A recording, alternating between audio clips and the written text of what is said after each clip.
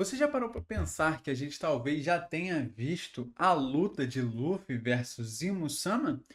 Não exatamente visto ela completamente, mas grandes detalhes dessa luta podem ter sido mostrados em outras lutas.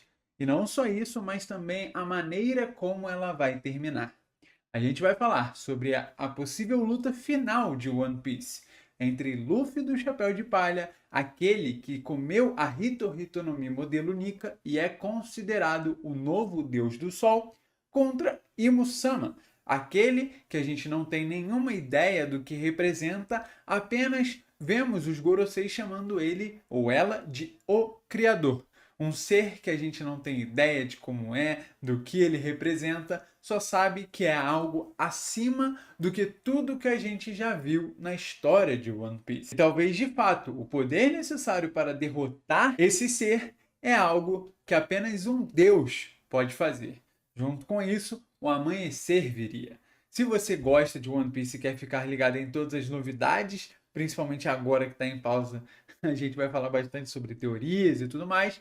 Aproveita para já se inscrever aí no canal que você não perde nada. Então vamos lá. A luta de Luffy e Imu-sama é algo que a gente só vai ver muito provavelmente nos últimos momentos da obra. Eu particularmente não acho que esse ser vai ser antes da luta contra Barba Negra e a sua tripulação. Porque não faz muito sentido. Um é a própria representação da escuridão do mundo, enquanto o outro é apenas uma fruta. Talvez seja o início de algo ainda maior, mas eu não vejo Barba Negra chegando no nível em que Imu-sama chegou, e por isso a sua luta deve ficar para o fim. Junto com isso, Luffy é possivelmente o culpado pelo amanhecer de One Piece voltar, aquele que vai conseguir vencer Imu-sama e trazer a paz e a liberdade de volta ao mundo. Então, para lidar com isso, a gente ouve um pouco sobre o que é a Grande Limpeza.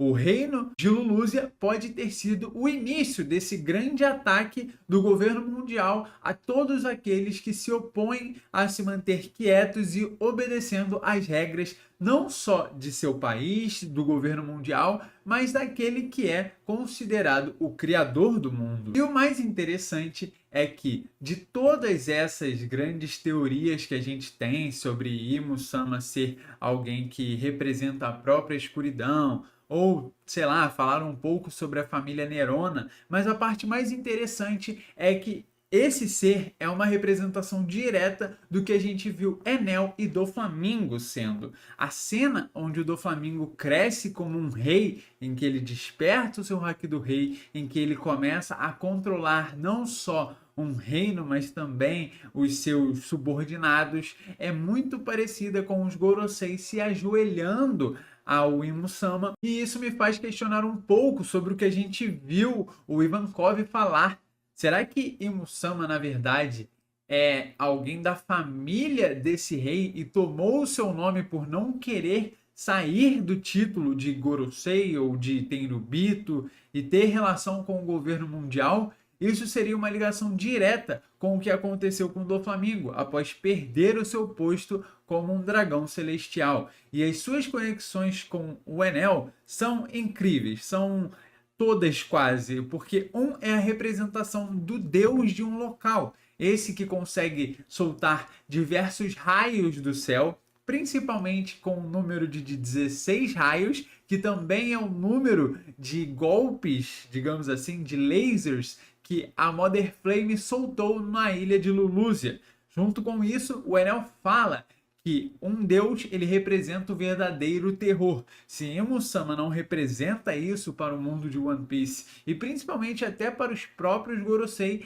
aí eu acho que eu tô lendo a obra errada. Já nas derrotas tanto de Doflamingo quanto de Enel, a gente tem um detalhe sendo mostrado em relação ao ambiente em volta. Quando o Doflamingo utiliza a sua habilidade, né, da gaiola, a gente vê que existe um tempo limite para essa situação ser solucionada.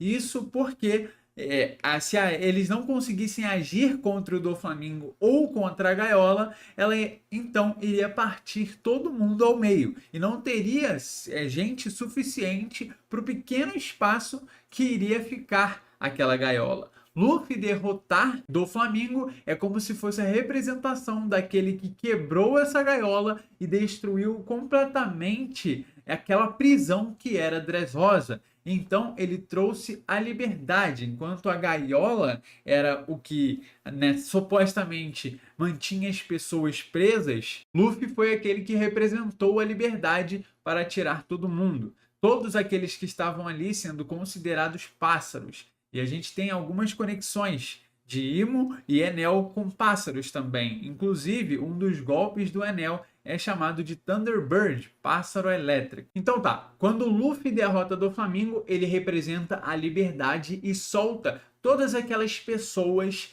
do planejamento de Doflamingo de controlar o país de Dressrosa. E Enel possui exatamente o mesmo tema, um pouquinho diferente. Enquanto o Doflamingo representa completamente a dominação, controlar as pessoas, a própria controlação em massa, o Enel é um pouco mais diferente, sendo levado um pouco mais para o lado do terror e do controle através da força, diferente do que Doflamingo fez. Quando Enel é derrotado, primeiro a gente vê a forma dele, que é quase considerada a de um deus e tem até aparências como a de alguns em mitologias. Ou seja, um deus caindo para alguém que representa a liberdade. Novamente a gente volta nesse tema. E o Luffy soca o Enel com aquela bola de ouro e junto com isso ele soca o Enel no sino, fazendo o sino soar por todo o mundo de One Piece, digamos assim. Igual contra Doflamingo, o Luffy, quando ele soca o sino, ele meio que está sinalizando ao mundo e aquelas pessoas que estavam presas por conta do Enel que elas estão livres a partir daquele momento. E principalmente, ele socou algo que era relacionado com o reino antigo. O seu soco vem de maneira horizontal. Já o soco contra Doflamingo, ele vem de maneira vertical, socando para baixo. Então, eu acho que na luta contra Im-sama, o Luffy ele vai estar mirando em alguma coisa. Pode ser o castelo de Pangeia, pode ser algo relacionado a uma arma ancestral ou ao próprio tesouro sagrado de Mary Joyce. A gaiola, nesse caso, seria quebrada porque um mundo que era amedrontado, principalmente raças diferentes como os Homem-Peixe, jamais poderiam ser ameaçados novamente pelo governo mundial. A derrota deles significa a liberdade do povo, a liberdade daqueles que não querem se submeter às ordens dos Tenryubito. Imo é a representação não só dos dois personagens, mas das vitórias que os dois queriam obter na sua jornada, enfim, naquilo que eles acreditavam ser verdade. Enel queria construir uma terra de Deus, aquele local onde apenas os escolhidos poderiam entrar. Mary Joyce, se isso não é a representação completa do que a terra de um Deus é, então eu não sei exatamente o que é. E para Doflamingo era a Ope Ope no Mi e a sua habilidade suprema, digamos assim, chamada de Juventude Perene. E Musama, como a gente viu falar no último capítulo, teoricamente atingiu esse poder, conseguiu receber essa cirurgia.